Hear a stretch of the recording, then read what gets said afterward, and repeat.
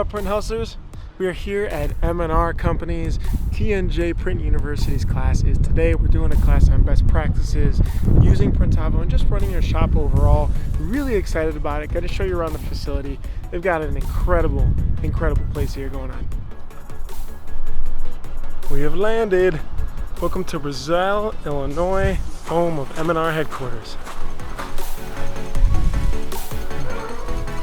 Print University? That way. Thank you. All right, here we go. Hey, what's going on? What's going on, man? This is Thomas Trimmingham. How's it going? I'm not sure you guys can get the breadth of how large this facility is, but there's welding going on, there's stocks of inventory for parts, there's just pure manufacturing and stock for steel you can see behind me. There's painting, fabricate, everything is done, CNCs. We're gonna walk around this place. This place is crazy big. This is M&R's showroom that they've got here, showing off some of the really cool autos, some manuals, some dryers, all that good stuff.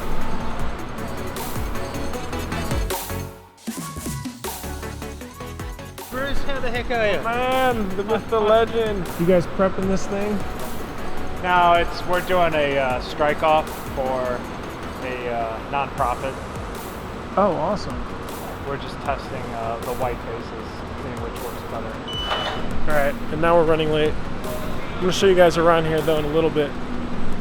There's different inks for different substrates, and there's more than just what's listed up here. I mean, you're dealing with poster printing, or you look at your car, you look at the gauge clusters. Those are most times screen printed with solvent inks. Different types of equipment to print those, different types of inks. Higher mesh screens, kind of like how Mike talked about, like 380 mesh, and there's crazy high mesh counts out there for different things. On textile, we're really just looking for ink that's going to hold to a shirt, last in the wash, and look good. There's different reasons for different types of inks when it comes to what they can do stretch-wise. So if we're dealing with like a leotard for a wrestler, right? Like that's got to be able to stretch a lot more than a cotton t-shirt. So different types of inks have different types of stretch. There's additives for those inks to make that happen as well. Water-based is definitely getting popular right now. You're using water-based right now, you said, right? How many shops here are printing with water-based? Raise your hands. Not many, okay. The rest of you guys are just using plastisol, I'm assuming? Yeah? Water-based ink, you gotta start printing. If you walk away for any real amount of time, you've gotta make sure there's no ink in the image area. It'll dry up. It'll start to want to dry. You gotta put it back in this container. So that has kind of made people kind of scare away from water-based printing for the last decade or so. But it's actually gotten a lot better and a lot smarter, and there's water-based inks out there now that have what's a lot better of a retention time. It stays open longer. By staying open, it doesn't want to dry up in the screen. So there's a lot of ways to make water-based work really well, and that's the trend the entire industry is kind of going towards right now.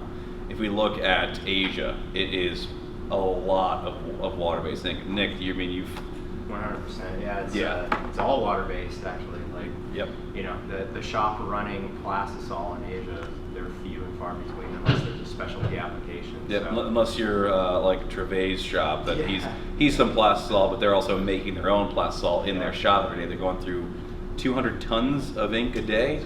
So I mean, there's like the big sweatshop type style places that are feeding Walmart every shirt they have, right? Water-based is the future, kind of. It already was the past, oddly enough. That's what it started out at, and now it's going back that way because we're looking at getting away from plastics, trying to be a little more eco-friendly. Had a really great talk. Special thank you to T&J for allowing me to be part of Print University.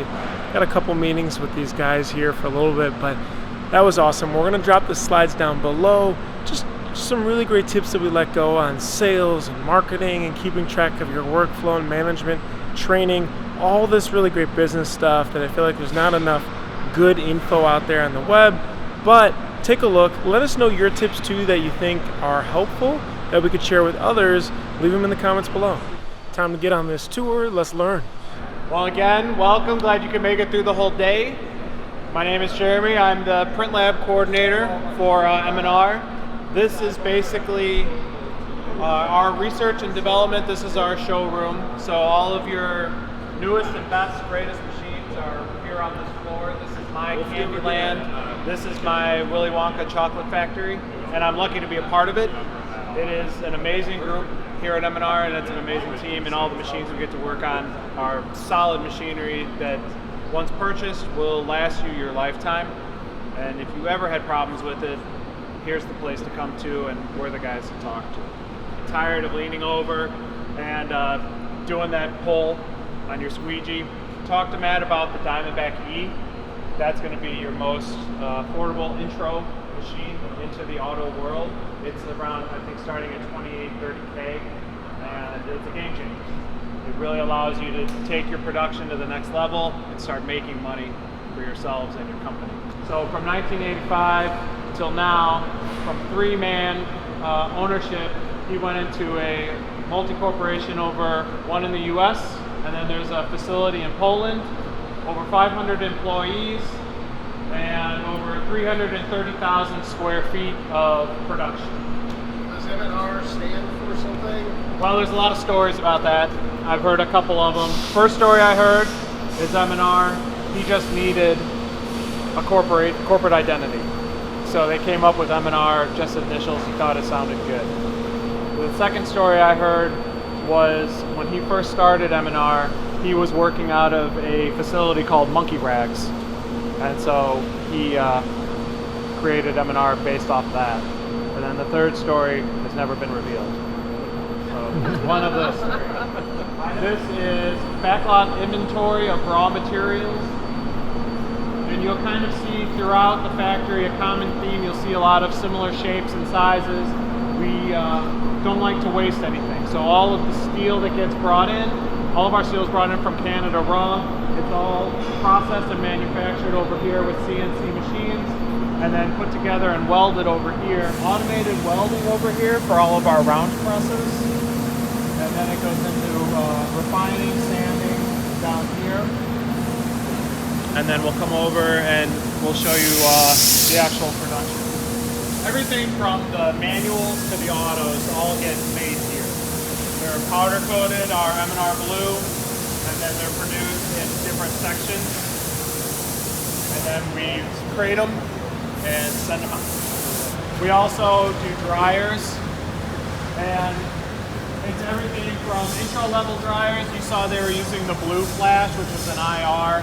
That's basically our intro level for all manual stuff. To quartz, to IR belt drive production. We also do flatbed printing. I believe these are for Renegade presses.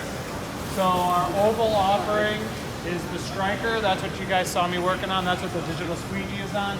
Comes in all different sizes. So you can have anything from a 12 head to a 40, 50, 60 head machine. So when you go overseas in Asia, they are ordering 60 head machines so that they can set up multiple jobs. They're having one guy over here throwing on your shirts, coming down to the end, unloading, and then a guy over here lining up another design and then unloading over there. Probably more interesting to you guys is all of the manual presses. This is the final assembly and testing. These are chameleons. There's some tweezers in the back. So here's where all of the auto heads get put together and tested. When you get an auto, that's the first time your machine actually gets put together with the base to the arms, to the heads. Everything gets pre-tested here. M&R tends to hold their value for about 25 years before they start to actually see a significant dip. So your equipment will not depreciate like your car will, unfortunately. This is their parts department. So if you see down there, there's a cart. It's down there. There's an iPad on that cart. They're tracking all part orders live time, and they've got, kind of like Bruce talked about earlier, they've got a zero quota. They have to empty out their inbox on all parts orders every single day, and they're tracking it live time. There's a monitor over there, you can see it. Everything that's in here is barcoded. All they have to do is people have their parts. They walk around in circles all day and just follow. It finds the quickest path for them to go at all times to grab parts and not waste steps. They get to the spot, they scan the part, it verifies it, they put the part in the bin for that order. All parts are shipped out. I mean, we're in Chicagoland, so you're going to be able to hit all the Midwest in one day. Most of the country you can overnight ship it, or within 3 days standard. The previous CEO and founder of M&R, Rich Hoffman, got contacted by this customer who had it, and he decided to buy it back from the customer, gave it a little facelift, but there's nothing that's that new other than some of the parts being updated and cleaned. It still runs, it still prints. It's from 1987. Quick mental math, that is a 31-year-old press. Such an awesome tour. Thank you everybody here at M&R and T&J for spending all this time with us today and just going through all this, hanging around the facility. Really, really interesting. Really pumped to be able to share this. If you guys have questions or want a tour, drop a comment below. We'll introduce you to the right people, and you can just stop on by. Oh, and before I end this, if you're in Chicago looking for the best burger around, this is where you gotta go. Mini Mart.